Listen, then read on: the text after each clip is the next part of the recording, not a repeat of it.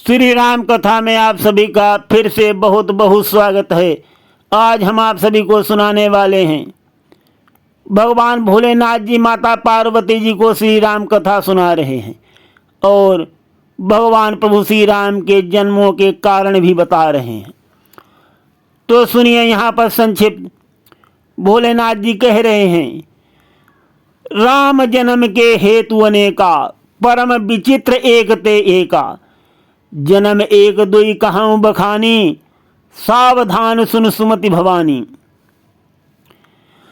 द्वारपाल हरि के प्रिय दो, जय और विजय जान सबको।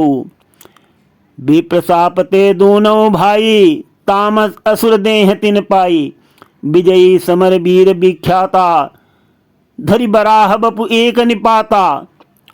होय नर हरि दूसर पुनि मारा, जन प्रहलाद सुजस विस्तारा। भय निशाचर जाई तहि महावीर बलवान।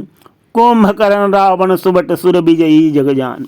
भोलेनाथ जी माता पार्वती जी से बोले, हे देवी, एक दो जन्म की कथा मैं तुमको सुनाता हूँ, बहुत ध्यान से सुनना।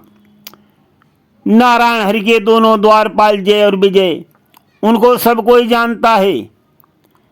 और ऋषि गणों के श्राप से दोनों भाई असुर हो गए। एक बार भगवान ने बाराह का भेष धारण करके उनका उद्धार किया और एक बार नरसिंह रूप धारण किया, भक्त प्रहलाद को उबारा। उसके बाद में वो महावीर रावण और कुंभकर्ण हुए। तब भगवान प्रभु श्री राम जी ने उनका उद्धार किया। श्री राम अवतार हुआ इसी कारण। और एक और बहुत बड़ा कारण है नारायण हरि के अवतार लेने का। महाराज मनु और महारानी शतरूपा ने घोर तपस्या की और उन्होंने नारायण हरि से उनके समान पुत्र होने के लिए वरदान मांगा।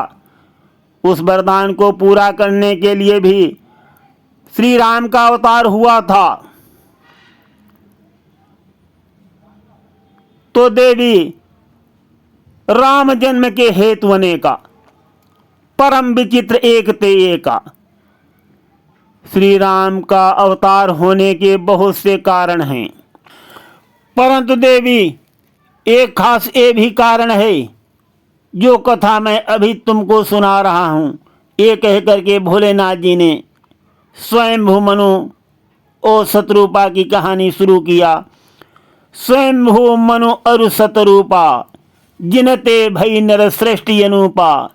बरबस राज सुतहि नृपदीना, नारी समेत गवन वन कीन्हा।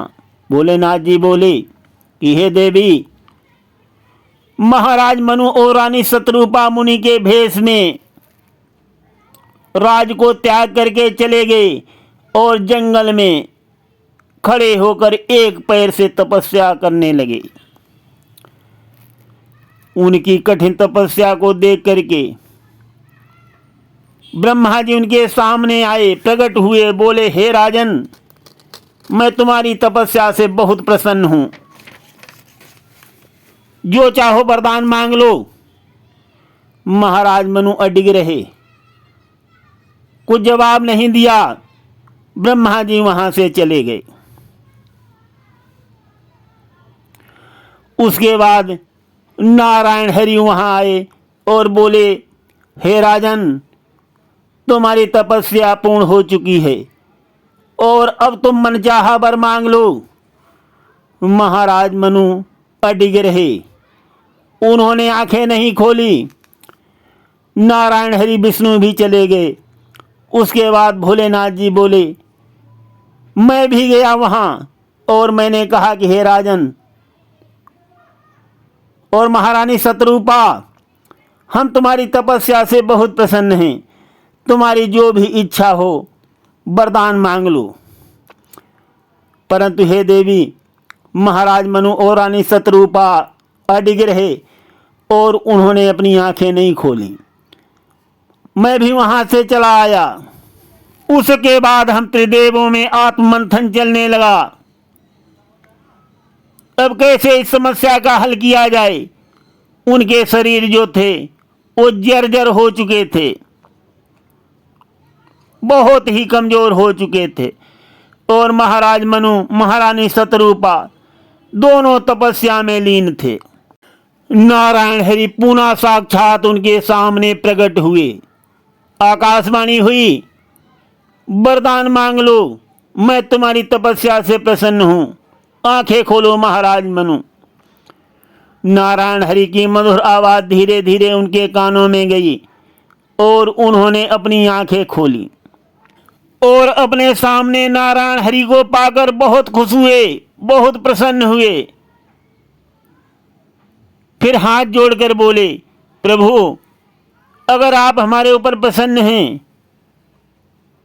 हमारे लिए आपका स्नेह है, तो आप मुझे ये वरदान दीजिए जो आपका स्वरूप शिव जी के मन में बसता है।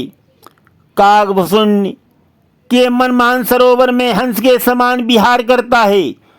सगुण और निर्गुण कहकर वेद जिसकी प्रशंसा करते हैं, जो शरणागत की रक्षा करता है और सबके दुख हरने वाला है, हम उसे अपने इन नेत्रों से खूब देखें। नारायण हरि बोले कि वरदान मांग लो, मैं बहुत प्रसन्न हूँ, जो भी तुमको चाहिए मिल जाएगा।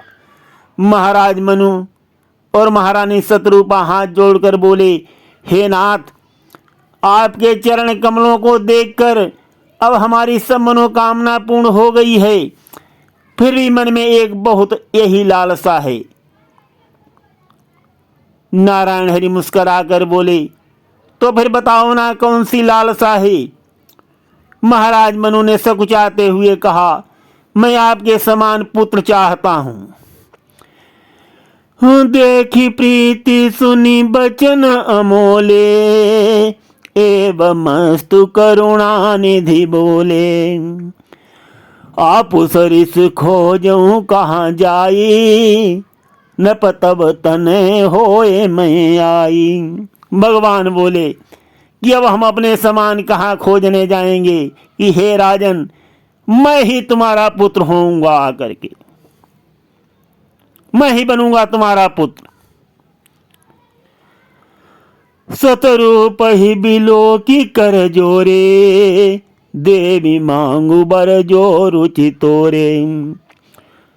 ये कहकर भगवान नारायण हरि ने शतरूपा की तरफ देखा, महारानी शतरूपा की तरफ घूम करके देखा और बोले, हे देवी, तुम्हारी क्या इच्छा है, वो तुम भी वर मांग लो। महारानी शतरूपा हाथ जोड़कर कहती हैं कि हे प्रभु, मेरा अलौकिक ज्ञान कभी नष्ट न हो, हमेशा मेरी याददाश्त बनी रहे। नारायण हरि ने हाथ उठाकर कहा कि हे माता, मेरी कृपा से तुम्हारा अलौकिक ज्ञान कभी भी नष्ट नहीं होगा। जब नारायण हरि ने राजा और रानी को वरदान दे दिया, उसके बाद महाराज मनु हाथ जोड़कर फिर विनती करने लगे। नारायण बोले, अब क्या है। बोले कि एक प्रभु और आपसे विनती है। बोले, क्या विनती है। कहने लगे, आपके साथ ऐसी ऐसी प्रीति हो जैसी प्रीति एक पिता और पुत्र के बीच में होती है, और उसके साथ साथ ये भी एक मैं आपसे वरदान मांगता हूँ। जैसे मछली जल के बिना जिंदा नहीं रहती, उसी प्रकार मेरा जीवन भी आपके बिना जिंदा न रहे। तो साथियों देखिए, जो ईश्वर का मंगलमय विधान होता है, कारण वैसा ही बन जाता है। अब देखिए, जब भगवान प्रभु श्री राम जी वनवास गए थे, तो महाराज दशरथ जी ने अपने प्राण त्याग दिए थे, और वो वरदान भगवान श्री राम जी के जन्म लेने से पहले ही महाराज मनु ने स्वयं मांग लिया है। और उधर अंधांधी का श्राप भी महाराज दशरथ को हो गया था। तो ईश्वर का मंगलमय विधान जो होता है, होता सब कुछ उसी के अनुरूप है। महाराज मनु की बात को सुनकर नारायण हरि ने एक मस्त बोल दिया और बोले, ऐसा ही होगा। और अब तुम जो है मेरी आज्ञा को मानकर देवराज की राजधानी अमरावती में जाकर के कुछ दिन वास करो, स्वर्ग के सुखों को भोगो। कुछ काल के बाद तुम अवध के राजा बनोगे और मैं तुम्हारा पुत्र बनूंगा। ये कह करके हरि अंतर ध्यान हो गई। पुनि पुनि ऐसे कही कृपा निधाना, अंतर ध्यान भय भगवाना। दंपति उर धरि भगत कृपाला, तहि आश्रम निवसे कछु काला। समय पाई तनु तजियन यासा, जाय कीन अमरावती वासा।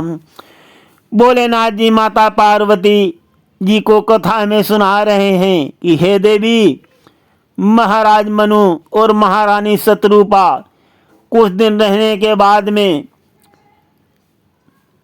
शरीर का त्याग कर दिया और अमरावती में चले गए। उसके बाद वहां से सुख भोग करके अवध के राजा बनेंगे और वहीं श्री राम जी जन्म लेंगे। महाराज मनु महाराज दशरथ होंगे, महारानी शत्रुपा महारानी कौशल्या बनेंगी। भोलेनाथ जी की कथा को सुनकर माता पार्वती जी बहुत प्रसन्न हुई और बोली कि प्रभु, मुझे बहुत आनंद आ गया, सुनाते रहिए कथाएं। धन्यवाद साथियों, सुनते रहिए गिरीश अध्यात्म ड्रीम में।